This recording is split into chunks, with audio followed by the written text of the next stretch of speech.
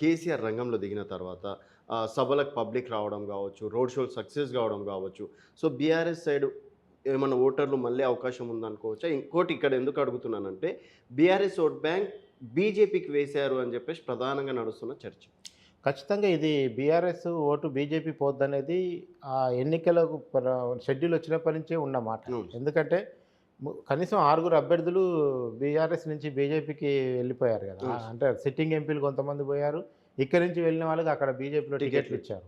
అంటే ఒకటి నేరేషన్ ఏం నడుస్తుందంటే, కాంగ్రెస్ ఎట్టి పరిస్థితుల్లో గెలవకూడదు. బీజేపీ గెలిచినా పర్వాలేదు. కాంగ్రెస్‌ని గనక బలహీనపరిస్తే, ముఖ్యంగా రేవంత్ రెడ్డి నాయకత్వాన్ని తెలంగాణలో బలహీనపరిస్తే, రేపు పార్లమెంట్ ఎన్నికల తర్వాత రేవంత్ ప్రభుత్వాన్ని కూల్చే ఏర్పాటు జరుగుతాయని బీఆర్ఎస్ ఏదో ఒక ఆశలు పెట్టుకున్నట్టుగా, అందుకే చాలా చోట్ల బీఆర్ఎస్ ఓట్లు బీజేపీకి ట్రాన్స్‌ఫర్ అయినట్లుగా కూడా మనకు చర్చ జరుగుతుంది.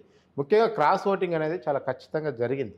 ఎందుకంటే అభ్యర్థులు ప్రకటించడంలోనే కొన్ని చోట్ల డమ్మీ అభ్యర్థులను బీఆర్ఎస్ పెట్టింది. మనకు తెలిసిపోతుంటుంది. ఓకే. ఇప్పుడు ఒక నియోజకవర్గాన్ని చూసినప్పుడు కృష్ణ కంటే రాజు గొప్పోడు కానప్పుడు ఎందుకు పెడుతున్నారు అంటే కృష్ణని గెలిపేయడానికి పెడుతున్నారు అనేది విషయం అర్థమైపోతుంది.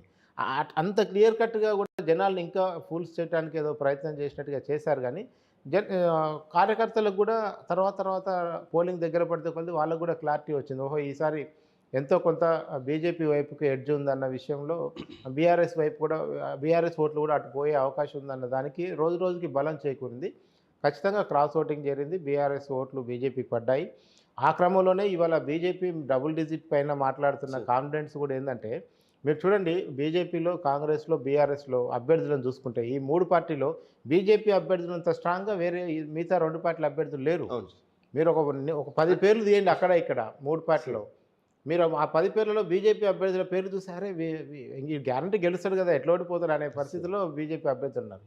సేమ్ టైంలో కాంగ్రెస్ పార్టీకి అధికారం ఉండి 6 నెలల నుంచి అధికారంలో ఉండి మొన్ననే ఒక మంచి మెజార్టీతో అసెంబ్లీలు గెలుచుకున్న తర్వాత కూడా కాంగ్రెస్ పార్టీ అభ్యర్థుల విషయంలో కొంచెం కనీసం ఒక 5 సీట్లలో కాంగ్రెస్ పార్టీ బ్లండర్స్ చేసినట్టుగా మనం ప్రీ పోల్ అనాలిసిస్లో కూడా చేసుకున్నాం. సో పోస్ట్ పోల్ అనాలిసిస్లో కూడా అదే తేలిందంటే, లాస్ట్ మినిట్లో ఒక 3 నియోజకవర్గాల్లో, అంటే అంతకుముందు ఊహించిన దానికంటే ఒక 3 నియోజకవర్గాల్లో కాంగ్రెస్కి కూడా మంచి ఓట్లు పడ్డాయి. అంటే అక్కడ బీజేపీ వస్తుంది అనుకున్న చోట కూడా కాంగ్రెస్ పెర్ఫార్మెన్స్ చేసింది. లాస్ట్ మినిట్లో కాంగ్రెస్ ఓట్లు వేయించుకోగలిగింది. ముఖ్యంగా ఇప్పుడు రేవంత్ రెడ్డి గారి జిల్లా మహబూబ్ నగర్ ఉంది. అక్కడ 2 సీట్లు ఆయనకు చాలా కీలకం. ఒకవైపు నాగర్ కర్నూలు అయినా, ఇటు మహబూబ్ నగర్ అయినా. అక్కడ మహబూబ్ నగర్లో డీకేఆర్ని ఢీకొనాలి, అక్కడ నాగర్ కర్నూలులో ఇటు ప్రవీణ్ కుమార్ని ఢీకొనాలి. సో ఆ నాగర్ కర్నూలులో కూడా లాస్ట్ మినిట్లో బీజేపీ పుంజుకొని భరత్కి ఎక్కువ ఓట్లు పడ్డాయి అనేది ఇప్పుడు మొత్తం 3 పార్టీలు టెన్షన్కి గురి చేస్తున్న అంశం ఏంటంటే, నాగర్ కర్నూలులో సడన్గా బీజేపీ 2 డేస్ పెరిగిపోవడం, అంటే బీజేపీ వైపు టర్న్ అయింది. జనరల్గా ఫస్ట్ నుంచి ఉన్న ప్రచారం ఏంది, మల్లురవి వర్సెస్ ప్రవీణ్ కుమార్ ఉన్న పోటీ సడన్గా భరత్ కూడా ఫ్రేమ్లోకి వచ్చేసరికి ఇప్పుడు అక్కడ ఏం జరుగుతుందో చెప్పలేని పరిస్థితిలో ఉంది. అంటే పబ్లిక్ కూడా ఏంటంటే, ఈవెన్ మహబూబ్ నగర్ అయితే నెక్ టు నెక్ డీకేఆర్నా ఇటు వంశీనా ఎవరు కూడా, అటు డీకేఆర్న తన మొత్తం సొంత బలం, పార్టీ బలం, అంగబలం, అర్ధబలం అన్నీ వాడింది ఆమె. ఇటు ముఖ్యమంత్రి సొంత వంశీకి ఉన్న కాంటాక్ట్స్ ఇవన్నీ కూడా చూసుకున్నాం. అంటే క్రమంగా ఏమైందంటే, అంతకుముందు ఇట్లా చూడంగానే ఈ 15 నియోజకవర్గాల్లో 9 బీజేపీకి, 9 కాంగ్రెస్కు, 6 వీళ్ళకు అని చెప్పే పరిస్థితి నుంచి పోలింగ్ తర్వాత జరుగుతున్న ఎనాలిసిస్లో చెప్పలేని పరిస్థితిలోకి చాలా నియోజకవర్గాలు వచ్చాయి.